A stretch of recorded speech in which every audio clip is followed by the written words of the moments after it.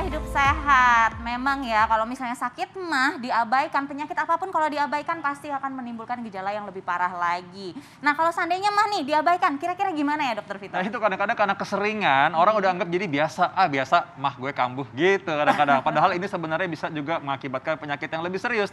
Bersama kita sudah hadir Dr. Irsan Hasan, spesialis pencernaan usus, lambung, dan lain-lainnya. Ini ya. Baik, Halo dokter. Halo juga. Halo. Ya, dokter, ini banyak sekali yang orang-orang mungkin merasanya sudah tahu mengenai mah, padahal mungkin belum. Nah, kita akan jawab nih, fakta atau mitos. Ya, mengabaikan sakit mah dapat menyebabkan ulu hati sakit, perut kembung, dan juga sulit makan. Ini fakta atau mitos? Jawabannya fakta. Fakta. Fakta karena ini kan memang keluhannya mah. Jadi kalau mengabaikan mah ya itu memang gejala-gejala yang bisa muncul pada mah. Perut kembung, ulu hati sakit, makan. Mungkin para penonton yang udah sakit mah udah hafal ini gejala-gejala ini. Jadi mah itu bisa muncul dalam bentuk kembung, bisa muncul dalam bentuk perih, bisa muncul dalam bentuk sulit makan. Bahkan bisa muncul dalam kondisi yang pengennya makan terus. Dia bilang kalau perut saya nggak diisi, perih dok, jadi isi. Habis isi, perih lagi, isi lagi, berat badan nambah. Jadi jawabannya fakta karena ini memang gejala mah. Tapi masih banyak gejala lain ya. Kembung, perih, sulit makan, dan lain-lain itu adalah gejala mah. Oke baik, berarti itu gejala-gejala umum ya dok Betul. ya. Nah ini ada fakta mitos berikutnya nih dokter. Peradangan akibat sakit mah tidak diobati dapat menyebabkan infeksi pada lambung. Ini fakta atau mitos dokter? Mohon izin saya jawab mitos dulu ya. Tapi ada tapinya, seperti biasa ada tapinya. Sekarang kita balik ke pengertian mah. Mah itu selalu saya ulang artinya lambung. Kita secara umum menganggap setiap mah itu adalah keluhan dari lambung. Kami di medis tidak menyebut mah, tapi menyebutnya sebagai dispepsia. Nah, mah yang dianggap oleh masyarakat biasanya adalah keluhan tidak nyaman di lambung. Bentuknya bisa perih, bisa kembung, tadi seperti kita bahas. Nah, pertanyaannya apakah bisa memicu infeksi? Saya jawab mitos. Karena mahnya sendiri tidak memicu infeksi. Apakah mah bisa bikin peradangan? Iya. Istilahnya gastritis. Kalau itis itu kan artinya radang. Gasternya itu lambung. Jadi radang pada lambung. Nah, radang sendiri ada dua macam. Radang berhubungan dengan kuman, radang tidak berhubungan dengan kuman.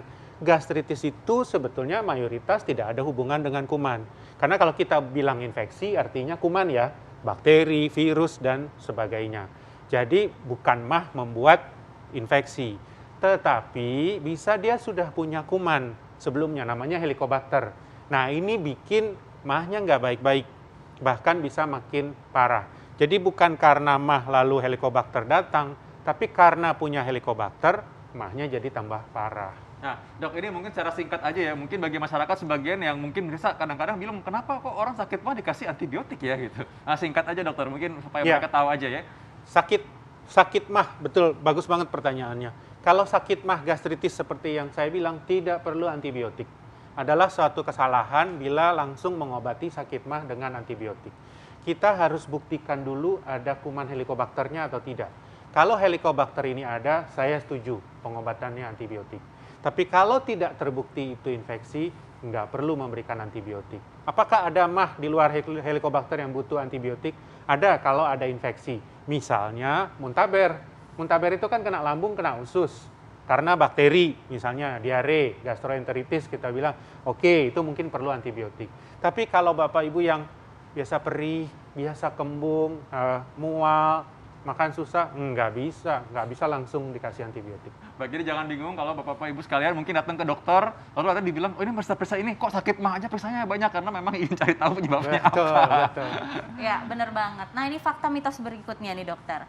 Minum air perasan jeruk lemon dengan air hangat atau madu itu bukan obat atasi sakit mah. Ini fakta atau mitos. Tapi tunggu dok, jangan dijawab dulu. Sesaat lagi tetap di Hidup Sehat. Ya, pemirsa Hidup Sehat masih bersama kami membahas mengenai penyakit lambung mah. Nah, jadi tadi ada pertanyaan yang belum dijawab nih dokter. Katanya minum air perasan jeruk lemon dengan madu, air hangat, itu adalah bukan mengobati penyakit MAH. Ini fakta atau mitos? Karena pakai bukan, saya jawab fakta. Fakta. Tapi pada kenyataannya banyak masyarakat, banyak pasien memang yang minum lemon. Katanya diminum setiap pagi, kemudian MAH-nya menjadi enak. Nggak tahu jelas teori itu dapat dari mana, tapi memang ada yang mengatakan bahwa lemon itu kan asam. Nah, orang sakit MAH itu karena asam. Asam ketemu asam netral. Mungkin jadi berantem di dalam. Saya juga nggak tahu. Tetapi sebetulnya secara medis itu nggak cocok. Justru yang diberikan basa. Kita mungkin belajar waktu sekolah asam ketemu basa lalu menyatu jadi garam. Sebetulnya obat MAH yang banyak dijual-jual di warung atau di toko obat itu basa. Jadi kalau kita lihat belakangnya kan OH, hidroksida untuk menetralisir asam. Jadi lebih pas memberikan basa. Nah, pertanyaannya kok saya lebih enak? Nah, kita harus bagi MAH ini, saya selalu bilang, ada yang organik, ada yang fungsional. Yang fungsional biasanya nggak terlalu bermasalah dengan asam, tapi karena ada faktor-faktor pemicu. Banyak kejadiannya karena faktor psikologis. Kalau dia tersugesti dengan minum lemon ini enak, saya nggak ngelarang. Udahlah terusin aja. Kalau mau enak, kalau memang rasanya enak, silakan aja. Walaupun saya nggak bisa jelaskan secara medis. Sehingga saya biasanya nggak terlalu ketat dalam pembatasan makan. Ini nggak boleh, itu nggak boleh. Yang ada stres nanti, habis makan itu stres, waduh kemakan ini gitu. Lihat mana yang bikin enak. Yang bikin enak terusin aja. Yang bikin nggak enak, stop. Begitu jawabannya. Berarti karena gitu setiap orang juga beda-beda ya, nggak bisa Betul. dipaksain ini nggak boleh, itu nggak boleh pas Iya, makan ya. iya, Baik dokter. betul. Dok, kalau gitu gini dok, ini bagi masyarakat supaya mereka tahu bahwa ini tidak boleh dipandang enteng sakit MAH yang dianggap terlalu biasa ini. Tipsnya apa buat beliau-beliau ini? Ya, terkait persepsi ini sebetulnya saya titip pesannya jangan dianggap enteng, tapi juga jangan terlalu dicemaskan. Karena banyak yang datang, saya sakit MAH dok, saya takutnya ini lari ke jantung, saya takutnya meninggal mendadak. Jadi juga jangan khawatir berlebihan.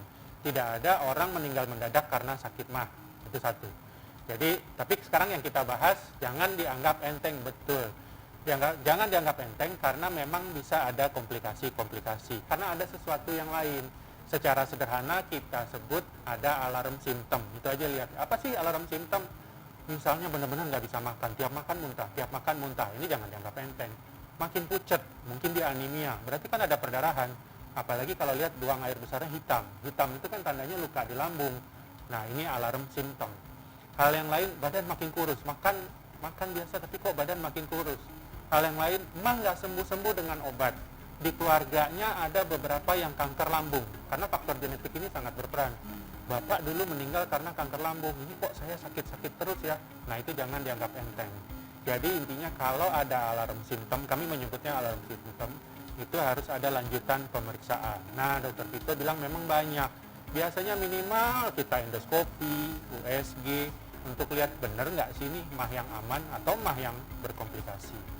Dan pastinya lebih gampang kalau kita mengobati di awal daripada telanjur sampai komplikasi dulu. Betul. Iya kan? Betul. Iya, Dan benar. mencegahnya gimana caranya? Hidup sehat dong, nonton makanya Senin sampai Jumat pukul 9 waktu Indonesia Barat. Ya. Saya Dr. Tengku Anissa. Saya Dokter Nama Indonesia. Hidup Hidup sehat. sehat. Terima kasih dokter. Terima kasih,